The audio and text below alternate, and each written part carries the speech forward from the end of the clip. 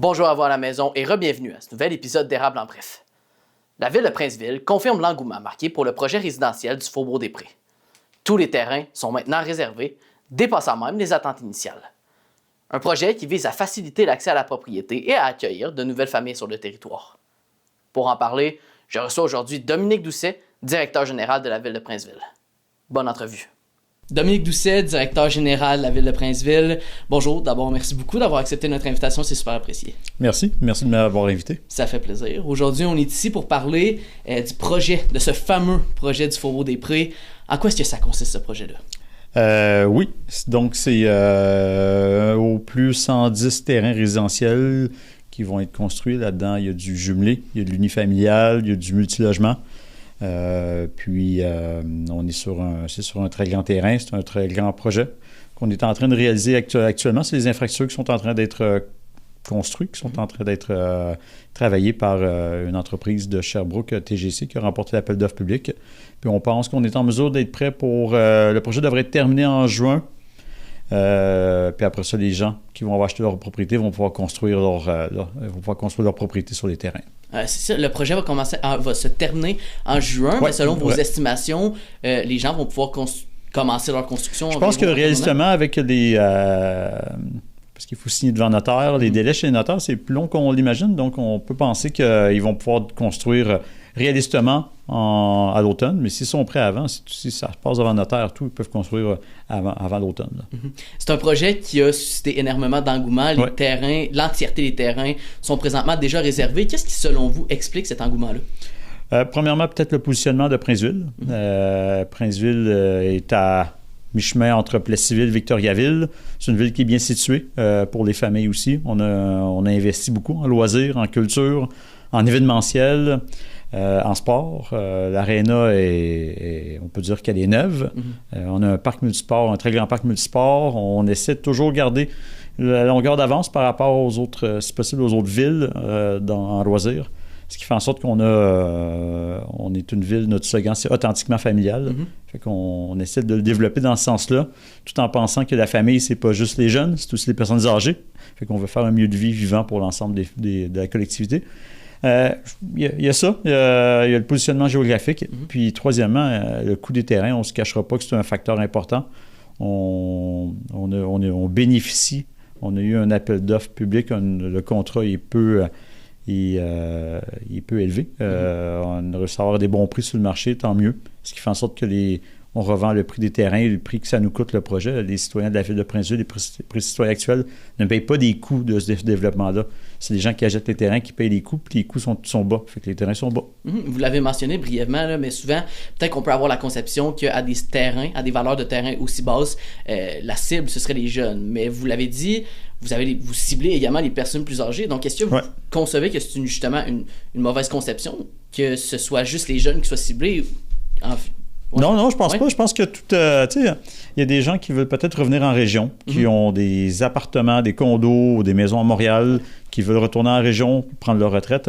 Là, c'est sûr qu'en ce moment, on parle beaucoup avec des entrepreneurs parce qu'eux veulent construire des maisons, les revendre après. Mais assurément que la clientèle cible, elle va être large. Autant les jeunes familles que les personnes plus âgées qui veulent bénéficier d'un terrain dans un nouveau quartier. Il va y avoir un parc qui va être créé à côté de la piste cyclable, piste linéaire des Bois-Francs. Fait qu'il y a je pense qu'il y a plusieurs avantages. Il y a une épicerie qui est proche, accès facile au centre-ville. Tout ça mène au fait que, d'après moi, le public cible va être assez large. 49 000 les terrains. Dépendamment, il peut y avoir des terrains à 49 000 Pourquoi est-ce que c'était un élément aussi clé de mettre des terrains d'une valeur aussi basse? Tout simplement parce que c'est le prix que ça coûte. Ça coûtait... Si le coût de construction aurait coûté le double, les terrains auraient été doubles. C'est aussi simple que ça. Donc, on a bénéficié d'une circonstance... on a commencé le projet en hiver. Les entrepreneurs en génie civil, en hiver, ont souvent moins de contrats. Fait qu'on a dit à l'entrepreneur, si vous voulez commencer tout de suite, commencez. Puis, il y en a qui ont décidé de dire, OK, nos équipements dorment en ce moment. On est mieux de faire un contrat, payer nos équipements, Puis à l'été, les autres peuvent faire d'autres contrats. C'est pour ça que le contrat se termine en juin. Rendu en juillet, ils vont pouvoir tomber sur d'autres contrats ailleurs au Québec. Ce projet-là se fait avec l'aide de Première Maison de Princeville. Ouais. Je sais que les informations que vous avez par rapport à ça sont assez limitées, mais est-ce que vous pouvez quand même me parler un peu de ça? Oui, on a un programme pour aider à l'achat d'une première maison pour les citoyens de Princeville. C'est pas géré par la ville, c'est géré par Développement économique Princeville.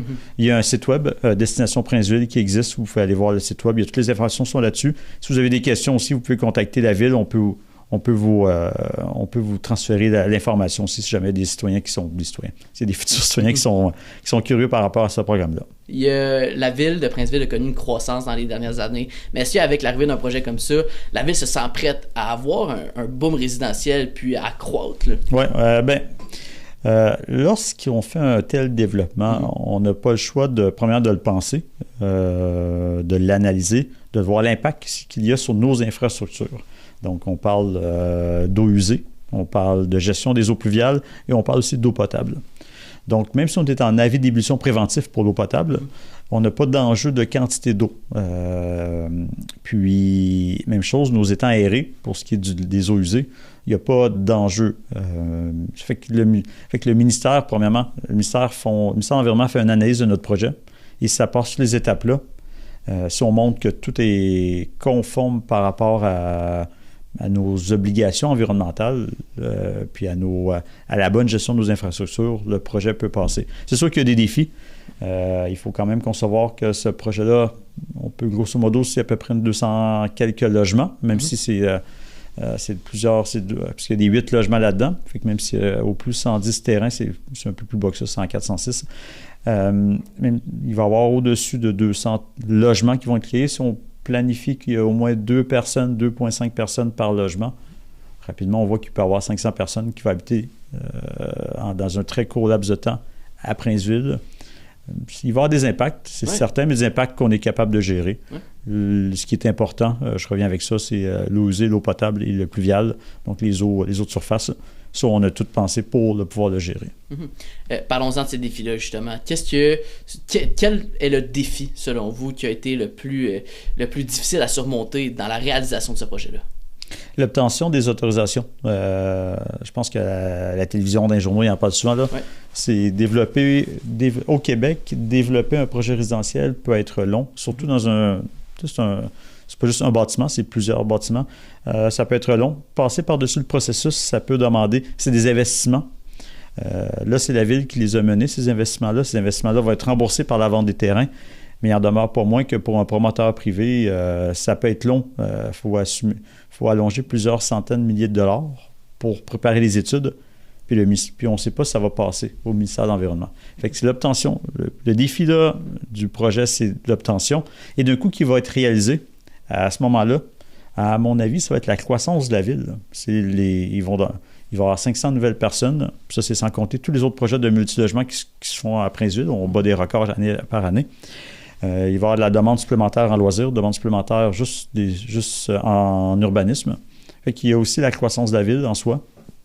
Pour le reste, on est en mesure, nos étangs aérés ont été conçus pour une ville beaucoup plus importante que ce qu'on a actuellement. L'eau potable, avant, on desservait des usines d'alimentation, des usines en aliments, Olimel, puis l'usine de bacon aussi auparavant. Fait que l'eau, on en a vraiment. Fait que c'est vraiment la croissance de la ville, de l'organisation qui va être un défi. Dominique, le projet repose sur une approche financière que vous qualifiez de prudente. Je me demandais, en quoi est-ce que ça consiste, une approche financière prudente?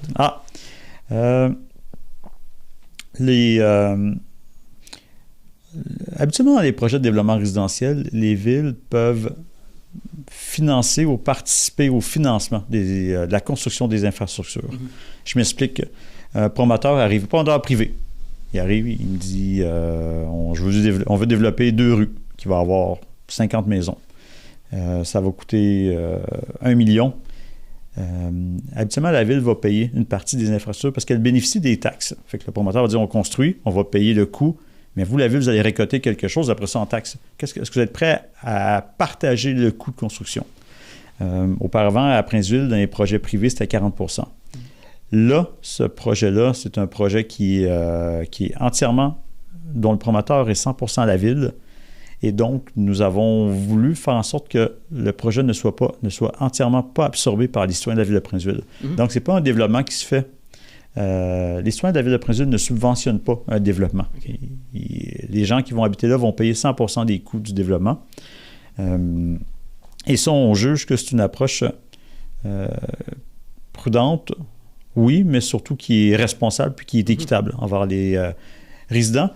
Et en même temps, de l'autre côté, il faut aussi concevoir que s'il y avait un promoteur privé demain matin qui arriverait, qui nous ferait un scénario qui fonctionnerait, qui dirait « Moi, je développe 2-3 rues. Est-ce que la ville voulait être partenaire financier? » Si, ultimement, on voit que que le bénéfice pour la ville est supérieur par rapport à ce que ça nous coûte, ça se peut aussi que la ville va de l'avant. Mais dans ce cas-là, c'est très bien pour la ville. Les citoyens vont récolter 100% des bénéfices, puis la collectivité actuellement ne paiera aucun frais par rapport à ce projet-là. Votre vision à court, moyen terme, dans un monde idéal, moyen-long terme, votre vision idéale, votre vision d'avenir pour le résidentiel à Princeville, ce serait quoi? Ah, bonne question. Chose certaine, la densification est importante. Ça, il ne faut pas l'oublier. Tout le monde veut avoir sa maison sur son terrain. Je suis d'ailleurs propriétaire d'une maison sur un terrain, fait qu'on le voulait. Mais c'est sûr qu'il y a une offre, peut-être à des coûts moins élevés, il va y avoir une offre de résidentiel densifié, c'est certain.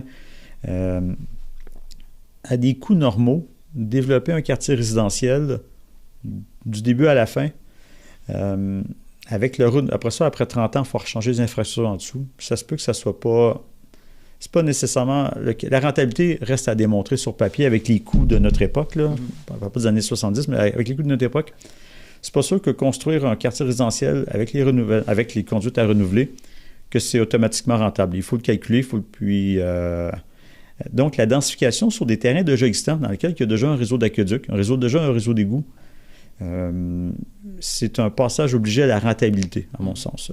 Puis, le gouvernement du Québec a donné des indications, des orientations claires aux villes. C'est que vous allez développer sur vos terrains que vous avez déjà.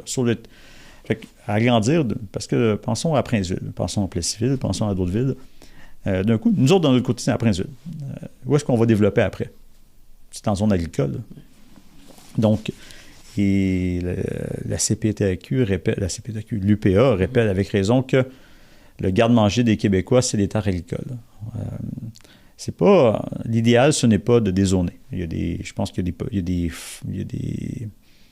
a des fois que c'est obligé, mais la priorité serait ne pas de dézoner, serait de se concentrer sur l'existant et de densifier. Donc, on travaille là-dessus. Aussi, on a des terrains vacants à Princeville. On a des terrains qui sont sous-développés, qui sont sous-aménagés. Fait on souhaite travailler là-dessus. On souhaite travailler sur la densification de ces terrains-là, le réaménagement de ces terrains-là. Et ça, la ville, il va falloir qu'elle soit un acteur.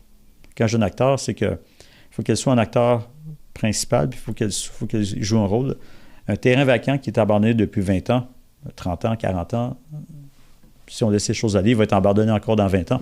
Fait que la ville doit jouer un rôle de promoteur, doit jouer un rôle de coordonnateur, d'intermédiaire, ou même de développeur pour ces terrains-là, de dire, OK, là, on en prend le contrôle, puis on le développe tout simplement parce que c'est le contexte, puis c'est les orientations gouvernementales, je reviens là-dessus, l'aménagement du territoire, c'est le gouvernement du Québec qui en décide les grandes orientations, puis nous, ça s'implante à notre niveau, mais ça s'implante de cette façon-là.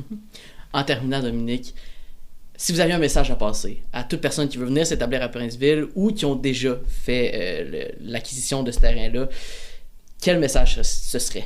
Je dirais que je pense que la couleur de la ville de Princeville, de l'organisation de la ville de Princeville, c'est d'être une ville qui est accessible. On essaie d'aider nos citoyens du mieux qu'on peut. On essaie aussi de faciliter la vie de nos associations communautaires, de nos organismes de bénévoles. On essaie d'avoir une approche humaine par rapport à nos relations avec nos citoyens je me répète, avec nos organismes. Fait que c'est cette approche humaine-là, je pense, qui nous distingue de d'autres organisations, de d'autres villes.